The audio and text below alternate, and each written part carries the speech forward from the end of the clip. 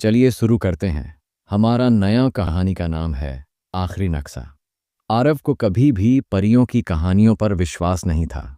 उसके दादाजी, जो कभी एक प्रसिद्ध इतिहासकार थे, अपने जीवन के अंतिम वर्षों में मिथकों के पीछे भागते रहे।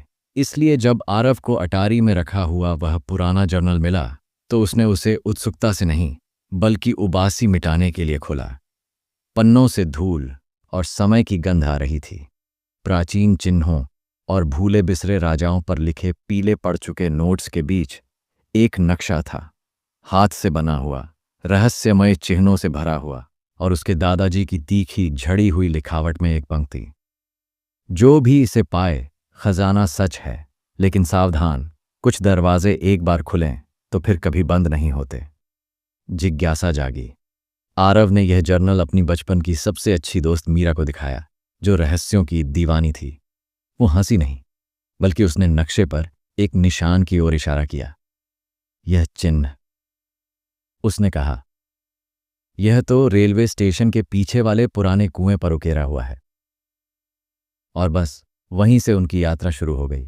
एक के बाद एक सुराग उन्हें उस शहर के भूले बिसरे हिस्सों में ले गए। एक जर्जर रेलवे सुरंग के नीचे, एक ढहती हुई लाइब्रेरी की दीवार के पीछे, और उस जंगल की पगडंडी पर से जिस पर दशकों से कोई नहीं चला था। हर कदम पर उसके दादाजी की पहेली का एक नया टुकड़ा खुलता गया और एक ऐसी कहानी सामने आती गई जो कल्पना से कहीं ज्यादा सच्ची लगने लगी। 2 दिनों तक लगातार प्रतीकों को पढ़ते, कीचड़ में रेंगते और भागते हुए आखिरकार वे एक झरने के किनारे पहुंचे। पानी की दीवार के पीछे बमुश्किल दिखाई देती एक संकरी गुफा की शुरुआत थी। अंदर अंधेरा था, सन्नाटा था। गुफा की हवा ठंडी थी और पत्थर की सीलन की गंध फैली हुई थी। एक घुमावदार रास्ते के अंत में एक पत्थर का चबूतरा था। आरव ने अपने बैग से वह चाबी निकाली जो उन्होंने कुछ घंटे पहले एक प्रतीक चिन्ह वाले पेड़ के नीचे पाई थी। चाबी सही जगह पर लगी। जमीन कांपी, एक दीवार धीरे धीरे सरकने लगी और एक छिपा हुआ कक्ष दिखाई दिया। वहां एक मध्यम रोशनी में नहाया हुआ कोई सोने का ढेर नहीं था, न कोई रत्न जड़ित मुकुट। बस एक वस्तु थी, एक गोला जो पत्थर की वेदी के ऊपर धीरे धीरे तैर रहा था और हल्की नीली रोशनी में धड़क रहा था।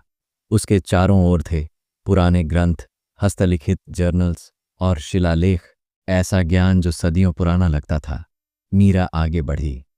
यह तो ज्ञान है, उसने फुसफुसाते हुए कहा। तुम्हारे दादाजी खजाने के पीछे नहीं थे, वो तो इसे संजो रहे थे।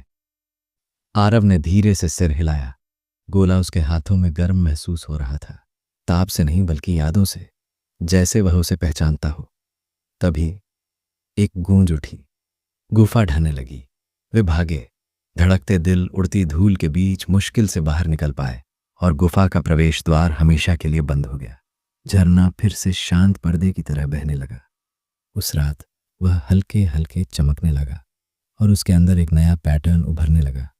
रेखाएं, जैसे कोई और नक्शा बन रहा हो। आरव ने मीरा की ओर देखा।